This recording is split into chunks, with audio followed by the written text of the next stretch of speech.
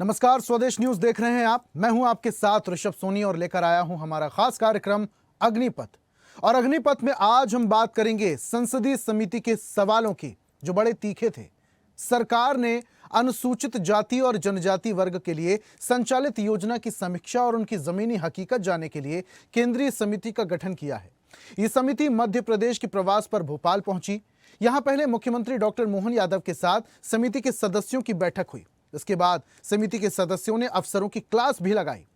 मुख्यमंत्री डॉक्टर मोहन यादव ने समिति के सदस्यों के साथ चर्चा करते हुए कहा कि अनुसूचित जाति जनजाति वर्ग के सामाजिक, आर्थिक और शैक्षणिक विकास और कल्याण के लिए सरकार निरंतर काम कर रही है। हर पात्र व्यक्ति तक योजनाओं का लाभ पहुंचाना हमारा उद्देश्य है। योजनाओं और कार्यक्रमों को ज्यादा प्रभावी बनाने के लिए राज्य शासन विभिन्न सुझावों के प्रति संवेदनशील और नवाचारों के लिए तत्पर है। लेकिन अफसरों के साथ बैठक और उनके दिए फीडबैक के दौरान समिति सदस्यों की तल्खी देखने को मिली।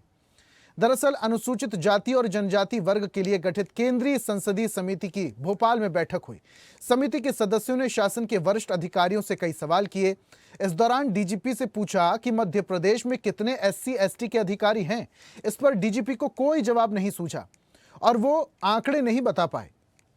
समिति के सदस्यों ने सरकार के सीनियर अफसरों से पूछा, मध्य प्रदेश कितने कलेक्टर और SP आरक्षित वर्ग से है, साथ ही इनमें महिलाएं कितनी हैं। इस पर ACS अशोक वर्णवाल ने जवाब देते हुए कहा कि अभी 11 कलेक्टर SC और 6 ST वर्ग से हैं, साथ ही 2-3 कमिश्नर भी होंगे। जिसके बाद कमेटी ने पूछा कि इसमें सीधी नियुक्ति और प्रमोटी कितने हैं। इस पर ACS अशोक वर्णवाल ने कहा कि पोस्टिंग के समय ये नहीं देखा जाता, भेदभाव वाली कोई भी बात नहीं होती। इस पर कमेटी के सदस्य और सांसद चंद्रशेखर रावण आक्रोशित हो गए कि आप डिप्लोमेटिक की तरह क्यों बोल रहे हैं। इसके अलावा कमेटी ने आउटसोर्स के जरिए होने वाली नियुक्तियों पर सवाल किए। पूछा, इसमें SC/ST को आरक्षण क्यों नहीं मिला। अधिकारियों ने कहा कि इसका प्रावधान नहीं है। साथ ही डीजीपी MP में SC/ST SP को लेकर कोई जवाब नहीं दे पाए। आपको बता दें कि मध्य प्रदेश में एक संसदीय ये टीम सांसद फग्गन सिंह कुलस्ते की अध्यक्षता में आई थी। टीम ने पेशाब कांड और थूक चटवाने को लेकर भी सवाल किए। साथ ही कहा, इन मामलों में कोई भी कार्रवाई क्यों नहीं होती। गौरतलब है कि संसदीय समिति की टीम में अलग अलग प्रदेशों से आने वाले कई सांसद थे। इन लोगों ने मुख्यमंत्री मोहन यादव से भी मुलाकात की थी। इसके बाद 2 घंटे तक अधिकारियों के साथ बैठक की। इस दौरान SC/ST से जुड़े कई मुद्दों पर समिति ने सवाल किया। केंद्रीय समिति के अध्यक्ष कुलस्ते ने बताया कि अनुसूचित जाति जनजाति वर्ग के लिए संचालित विभिन्न योजनाओं और कार्यक्रमों को ज्यादा प्रभावी बनाने के उद्देश्य से केंद्रीय समिति द्वारा मैदानी स्तर पर समीक्षा की जा रही है। साथ ही कर्मचारियों की सेवा में प्रतिनिधित्व और उनके लिए संचालित कल्याणकारी गतिविधियों की प्रगति का भी आकलन किया जा रहा है। योजनाओं और कार्यक्रमों के संबंध में समिति ने स्थानीय समुदायों, प्रशासनिक अधिकारियों और जनप्रतिनिधियों से संवाद किया। समिति द्वारा तैयार की जा रही यह रिपोर्ट संसद में प्रस्तुत की जाएगी। लेकिन अब संसदीय कमेटी ने जो तल्ख टिप्पणी की है, इसको लेकर अब सियासी पेंच भी फंस सकता है। इस पर आज हम चर्चा करेंगे, बहस करेंगे। कुछ मेहमान हमारे साथ जुड़ेंगे, लेकिन उससे पहले कुछ प्रतिक्रिया सुन लेते हैं। तो केंद्र की संसदीय समिति मध्य प्रदेश पहुंची। सबसे पहले मुख्यमंत्री से बातचीत की। मुख्यमंत्री ने आश्वस्त किया है कि SC/ST वर्ग के उत्थान के लिए, उनके शैक्षणिक उत्थान और आर्थिक उत्थान के लिए सरकार प्रतिबद्ध भी है और इसके लिए काम भी कर रही है। जमीनी स्तर पर इसका असर भी दिखाई देता है। मुख्यमंत्री से मुलाकात के बाद इस संसदीय कमेटी ने अधिकारियों के साथ बैठक की। इस बैठक में कई सारे अधिकारी शामिल हुए थे। इस कमेटी में अलग अलग राज्यों से आए हुए सांसद भी शामिल थे, जिन्होंने अधिकारियों से सवाल जवाब किए। कुछ सवालों का जवाब अधिकारी दे पाए तो कुछ सवालों का जवाब अधिकारी नहीं दे पाए। SC/ST वर्ग के लिए केंद्रीय संसदीय समिति योजनाओं की जमीनी हकीकत जानने के लिए पहुंची। 2 दिवसीय मध्य प्रदेश के प्रवास पर रहे समिति के सदस्य।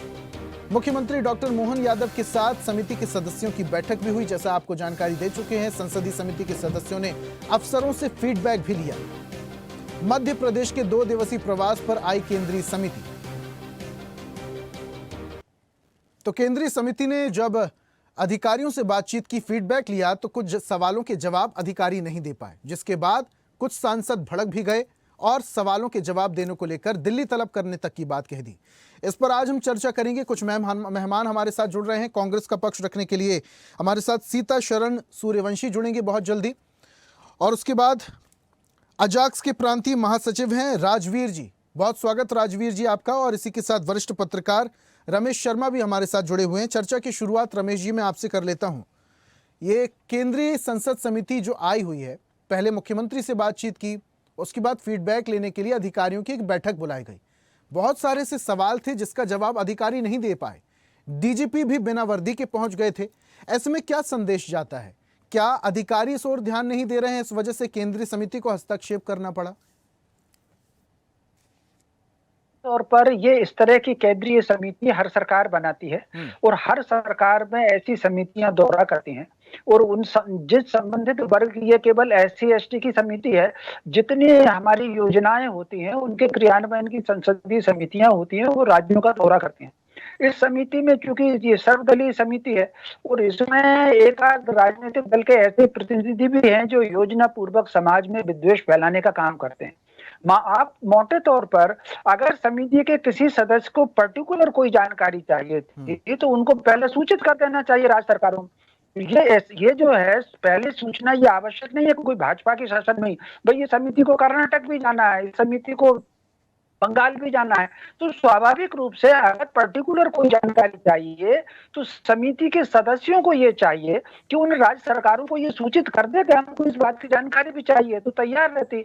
और इस तो कुल मिलाकर के अचानक सवाल ये पूछना, उसमें किसको ध्यान रहता है, कितने सवालों पर ध्यान रहता है, तो मैं समझता हूँ ये समिति के सदस्यों को भी चाहिए और भविष्य में भी इस बात की सावधानी करना चाहिए और राज्य सरकारों को भी ये सावधानी करना चाहिए। यदि समिति आ रही है तो उनसे संबंधित प्रश्नों का सूची ले लें कि आप हमसे कौन से सवाल पूछे जाएंगे।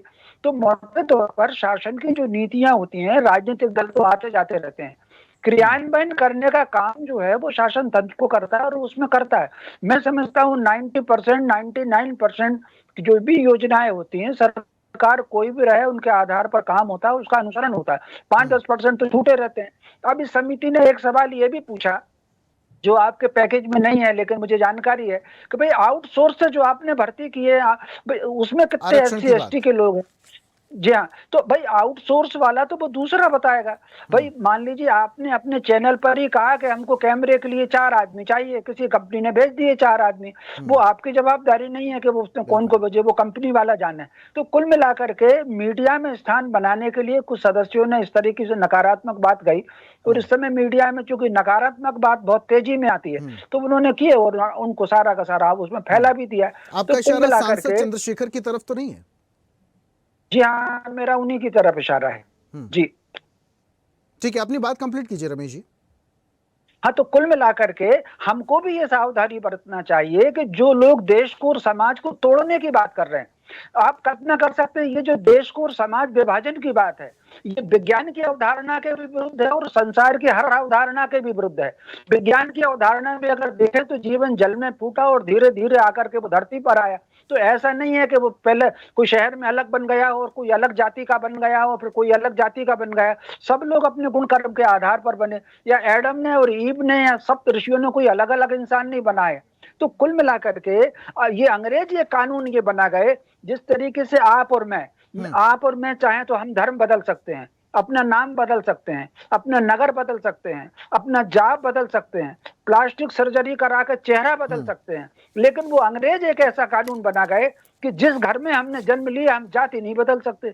आप अपनी बल्दियत बदल सकते हैं कानून के हिसाब से, लेकिन कुल मिलाकर के जाति नहीं बदल सकते। उस पर जो है 78 साल हो गए, आज भी कुछ लोग उसी पर काम कर रहे हैं, तो उनको करने दीजिए। वो चंद्रशेखर जी उसी लाइन के आदमी हैं। जी और समझना चाहूंगा, इन दिनों जो प्राइवेटाइजेशन हो रहा है उसको लेकर आउटसोर्स के जो कर्मचारी कई बार परेशान दिखाई देते हैं, कई बार उनकी भर्ती को लेकर अड़चनें आती हैं, कई बार बहुत सारी समस्याएं आती हैं। अब चूंकि चंद्रशेखर आजाद ने भी आउटसोर्स कर्मचारियों को लेकर अपनी बात रखी है, जवाब तलब किया आरक्षण की बात को लेकर कि कितने एससी एसटी वाले थे। हालांकि ऐसा कोई प्रावधान नहीं है, क्या ऐसा प्रावधान होना चाहिए? आउटसोर्सिंग में अगर नौकरी किसी को दें तो आरक्षण के हिसाब से भी वहां पर प्रावधान होना चाहिए क्या? आपसे समझना चाह रहा हूं। देखिए, मुझसे पूछा आपने? जी रमेश जी, आपसे ही सवाल। देखिए, सबसे पहले तो मैं व्यक्तिगत तौर पर ये नौकरी के बिल्कुल खिलाफ हूं।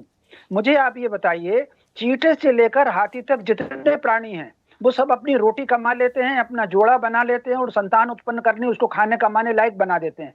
ये जो नौकर एक सिस्टम, अंग्रेज एक सिस्टम बना गए नौकर बनाने का, तो कुल मिलाकर के सबसे पहले व्यक्ति की प्रतिभा, उसका कौशल नौकरी नहीं होता। व्यक्ति और उसकी प्रतिभा का कौशल कहीं ना कहीं स्वत्व के आधार पर काम करना होता है। आप व्यक्ति को अपने पैरों पर खड़ा होना क्यों नहीं बना सकते?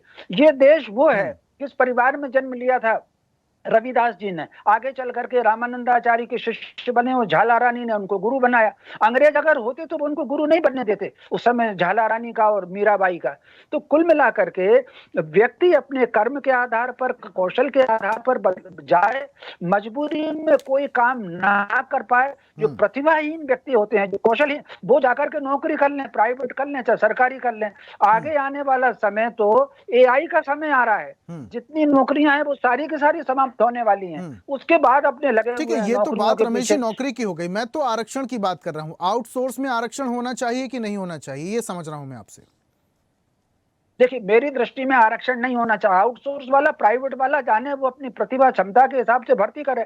अगर उसको सारे योग्य एससी से मिल जाते हैं, उनकी भर्ती कर ले, नहीं मिलते हैं तो दूसरे की भर्ती करे। ये वो जाने कि उसको किसको भर्ती करना है। उसमें आरक्षण और अनारक्षण, उसको अगर सारे लोग एससी के मिल जाते हैं तो उनकी भर्ती करे, मैं तो स्वागत करूंगा उनको। जी ठीक है, आता हूं वापस से आपके पास। सीता शरण जी हमारे साथ जुड़ चुके हैं कांग्रेस से।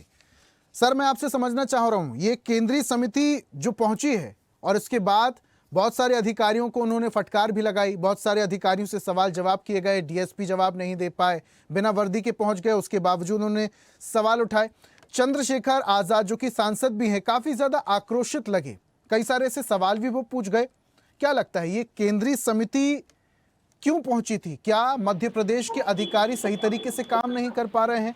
एससी एसटी वर्ग की तरफ ध्यान नहीं दिया जा रहा है, इसलिए केंद्रीय समिति को हस्तक्षेप करना पड़ा? इसमें आदरणीय ऋषभ जी, देखिए, मैं बड़े गौर से सुन रहा था और उन्होंने जो हस्तक्षेप की बात की है वो एकदम सच है। और रमेश जी की बात जो है, ये एक्सपर्ट जरूर है, बड़े भाई हैं, लेकिन इन्होंने पूरी आरएसएस की विचारधारा और उस मनुवाद की विचारधारा को प्रकट किया है आपके चैनल पर। अब मैं शुरू से कहता हूं कि इन्होंने कहा कि अंग्रेज जाति बना गए, जातु मनु व्यवस्था से बनी है। अंग्रेज तो आपको, हमें और भारत को अकल दे गए। दासी प्रथा बंद कराई, महिलाओं को अधिकार दिलाया, मंदिर में प्रवेश करने का अधिकार दिलाया, और जिस तरीके से गोलमेज सम्मेलन जो हुआ जिसमें डॉक्टर अंबेडकर साहब ने, अब मध्य प्रदेश की जो एससी एसटी की जहां तक बात है, तो ये इसमें अफसरों का दोष नहीं है, इसमें आरएसएस और बीजेपी का दोष है। जो आरएसएस और बीजेपी ने जो प्रोपेगेंडा फैलाया है, कि जैसे उन्हें प्राइवेटीकरण का भी, रमेश जी ने कहा कि प्राइवेटीकरण है वो आउटसोर्स की जिम्मेदारी है, आरक्षण बंद होना चाहिए। और मेरा तो ये कहना है आपके चैनल से कि आरक्षण बंद होना चाहिए, तो कल के दिन आरक्षण हम चाहते हैं कि जातिवाद इसी वक्त इस भारत में समाप्त हो, और जातिवाद समाप्त होने के साथ साथ जो गंदगी फैलाता है उसे गटर में उतरना पड़ेगा, और वो गटर में उतरने के लिए तैयार है। हम आरक्षण के लिए तैयार है कि आरक्षण भारत में समाप्त होना चाहिए। खत्म होगा तब आरक्षण खत्म हो जाएगा स्वतः, या फिर आरक्षण खत्म हो जाएगा तब जातिवाद स्वतः खत्म हो जाएगा? दोनों में से क्या है? नहीं, देखिए, जातिवाद इस भारत में सबसे बड़ा, ऋषभ जी, आतंकवाद है। अब आरक्षण की जहां तक बात है, बाबा साहब ने जो संविधान के मुताबिक 10 वर्ष के लिए आरक्षण लिखा था, फिर 8वीं तक आता रहा। अभी आप किसी भी स्टेट के आसपास गांव में जाइए, वही स्थिति है। क्या उस 100 घर में वो दलित, आदिवासी और ईबीसी जो अति पिछड़ा है, क्या उसको लाभ आरक्षण का मिल चुका है? क्या जिस तरीके से जो बात हो रही है, चैनलों पे बात हो रही है, और आरएसएस और बीजेपी का जो प्रोपेगेंडा है कि वो इस भारत की जो तस्वीर जो केंद्रीय समिति एससी एसटी के लिए आई है, चंद्रशेखर जी ने जो आवाज उठाई है, बिल्कुल सही है। और जिस तरीके से जो अफसरों पर जो ठीकरा फोड़ा जा रहा है, भाई अफसर तो कठपुतली बने हैं, अफसरों के हाथ पैर बंधे हुए हैं, एक जंजीर की तरह जकड़े हुए हैं। किसने जकड़े? आरएसएस, अरे तो आरएसएस और बीजेपी जो कहेगा आउटसोर्स, गुजरात का, मारवाड़ का, महाराष्ट्र का, बाकी फैक्ट्री लग रही है गुजरात में, और यहाँ का बिहार का या मध्य भारत का मजदूर इनको वहां मजदूर करने जा रहा है। अब जो आरक्षण में जिस तरीके से आरक्षण की जो व्यवस्था है कि 10% EWS जो सरकार ने चलाया है, क्या आर्थिक आरक्षण पर क्या संविधान के मुताबिक ये था? ये नहीं था। और आज वो 4% सबसे ज्यादा भारत में फायदा उठा रहा है ऋषभ जी, जिस तरीके से जो ये जो प्रोपेगेंडा चल रहा है आरक्षण का और नौकरियों का कि 2004 में अटल बिहारी वाजपेयी ओल्ड पेंशन बंद कर गए, हायर एजुकेशन में 72,000 जिस तरीके से जो स्कॉलरशिप मिलती थी वो अटल जी बंद कर गए। तो आज कभी 11 वर्ष में तो इन्होंने 5,1400 करोड़ का एजुकेशन का जो बजट था 2,200 करोड़ का बजट रह गया है, और नौकरियां पूरी समाप्त कर दी हैं। उत्तर प्रदेश, हरियाणा, महाराष्ट्र में एक तरफा आरक्षण है कहाँ? आधे से ज्यादा संविधान, केवल संविधान ही बचा है, वो बुक बची है, उसकी आत्मा को खोखला कर दिया गया है ऋषभ जी। ठीक है, रमेश जी का मैं रुख करता हूँ। रमेश जी, पूरे आरोप आप सुन रहे थे, सीता शरण जी कह रहे थे, जो आपके ऊपर आरोप भी लगा रहे थे कि आरएसएस की विचारधारा से ओतप्रोत होकर आप अपनी बातें रख रहे थे। एक वरिष्ठ पत्रकार के नाते मैं जानना चाहता हूँ, आरक्षण बड़े भाई होना चाहिए कि नहीं होना चाहिए? अंग्रेजों पर दोष देना कि जाति अंग्रेज दे गए हैं, बताइए आप ऋषभ जी। जी ठीक है, मैं सवाल ले लेता हूँ रमेश जी से। रमेश जी, देखिए, सीता शरण जी क्या धारणा रखते हैं उनकी बात का तो मुझे कुछ कहना नहीं। मैं 2-3 बात आपको स्पष्ट ये कर देना चाहता हूँ। प्राइवेटाइजेशन जो शुरू किया था वो राजीव गांधी जी ने शुरू किया था, उन्होंने शुरू किया था, और प्राइवेटाइजेशन प्राइवेट सेक्टर को निकाल किया था। एक नंबर बात हो गई। दूसरी नंबर बात, मनुस्मृति में भी और गीता में भी गुण और कर्म है। जातिवाद, जिंदगी में जातिवाद में सीता शरण जी से ही पूछना चाहता हूँ। जीवन में हम भोजन करने जाते हैं, किसी से नहीं पूछते ये कौन ने बनाया है। किसी डॉक्टर के पास जाते हैं इलाज के लिए, उससे नहीं पूछते तूने कौन ने बनाया। सब्जी ले रहे हो, चाट खा रहे हो, चाट वाले से भी नहीं पूछते तू भैया कौन सी जात का है। लेकिन स्कूल में बच्चे को एडमिशन कराने जाएंगे तो सबसे पहले फार्म पर आपको जाति लिखना पड़ेगी। ये कानून अंग्रेज बनाकर चले गए हैं। मोटे तौर पर भारतीय परंपरा में देखेंगे तो सारे के सारे लोग, सूर्यवंशी जी भी अगर सीता शरण जी भी हैं तो वो सप्तऋषियों की संतान है, उनमें से ही किसी की संतान होंगे। तो कहने का अर्थ जो है, ये जो जानकर के जाति को और हमारे यहाँ श्रीमद् भागवत में जो 7 जातियों का वर्णन आता है, वो जानते हो कौन है? वो 7 जाति हैं। वो इसमें पशु है, एक मनुष्य है, एक किन्नर है और यक्ष है, एक गंधर्व है, एक देव है और दैत्य है। ये 7 जातियों का वर्णन आता है। ये वर्णन बिल्कुल नहीं आता, ये गुण और कर्म के आधार पर जो वर्णन आता है, ये वर्णन अंग्रेज बना करके चले गए। तो स्कूल के फॉर्म में जो जाति वाली बात आप कर रहे हैं रमेश जी, इसको हटाया जाना चाहिए। ये जिम्मेदारी किसकी है? देखिए, मोटे तौर पर वातावरण अब एक ऐसा देश में बन गया। एक बात समझ लीजिए, कुछ लोग हैं जो गुलामी की जंजीरों को अपना आभूषण समझते हैं। तो अंग्रेज अगर चले गए हैं, जिस चरित्र पूर्वक उन्होंने ये जन्म और जाति के आधार पर छोड़ा, आप मुझे बताइए, हम तीनों में से जब जन्म लिया होगा, हम तीनों में से उनकी माँ ने, उनकी बुआ ने, उनकी चाची ने सूरत नहीं देखी होगी। किसी खास वर्ग की महिला आती है, उसने उठा करके कहा होगा कि ये आपका बच्चा आया है। अगर हमारे यहाँ जातिवाद होता तो ये भेद हो सकता था कि ये, तो कहने का अर्थ जो है, ये जान करके, चूंकि वो काम का बंटवारा था, काम के बंटवारे को, एक बात और मैं सीता शरण जी को ठीक करना चाहता हूँ। ऋग्वेद अगर आप देखेंगे तो ऋग्वेद में 27 महिलाएं, ऋषिकाएं जिन्होंने रचना की है। पूज्यादि शंकराचार्य और अगर मंडन मिश्र का शास्त्रार्थ हो रहा है तो महिला है। रमेश जी, बड़े भाई 1464 में लिखा गया। आपने अभी गीता की बात की है, गीता वेद व्यास जी ने लिखा है। और कब लिखा है? रामायण कब लिखी है? 1574 में तुलसीदास जी ने लिखी है। तुलसीदास जी की पिटाई की है उन मनुवादियों ने, मंदिर में सोए, घर में नहीं जा पाए कि आप संस्कृत में ही रहने दीजिए, आप हिंदी में मत लिखिए। यह है इस भारत का इतिहास। आदरणीय, आप ग्रंथों की बात क्षमा करना, 80 रामायणों का अध्ययन कर चुका हूँ। आप उपनिषद और जो वेद की बात है, वेद पहला ऋग्वेद 1464 में आया है, फिर अथर्ववेद, अथर्ववेद, सामवेद लिखा गया है। और इसके पहले का इतिहास, ये हमारा भारत आदिकाल था। आदिकाल के बाद वेद रीति थी, वेद रीति के बाद सनातन धर्म था। सनातन कहाँ से आया? त्रिपिटक, बुद्धिस्ट, जो धम्म से 563 में सिद्धार्थ के रूप में गौतम बुद्ध हुए। उसके बाद ये जो वहां से सनातन जो चुराया हुआ शब्द है, और सनातन आपका हमारा है, ना कि ये हिंदुत्व का, ना आरएसएस का। अभी उत्तर प्रदेश में अभी ये महाकुंभ हुआ है। सीता शरण जी, हम कहाँ, देखिए हम मुद्दे से भटक गए, हम कहाँ सनातन धर्म और कहाँ पीछे जाने लगे। हम सीधा मुद्दे पर आते हैं। रमेश जी, आरक्षण होना चाहिए नहीं होना चाहिए?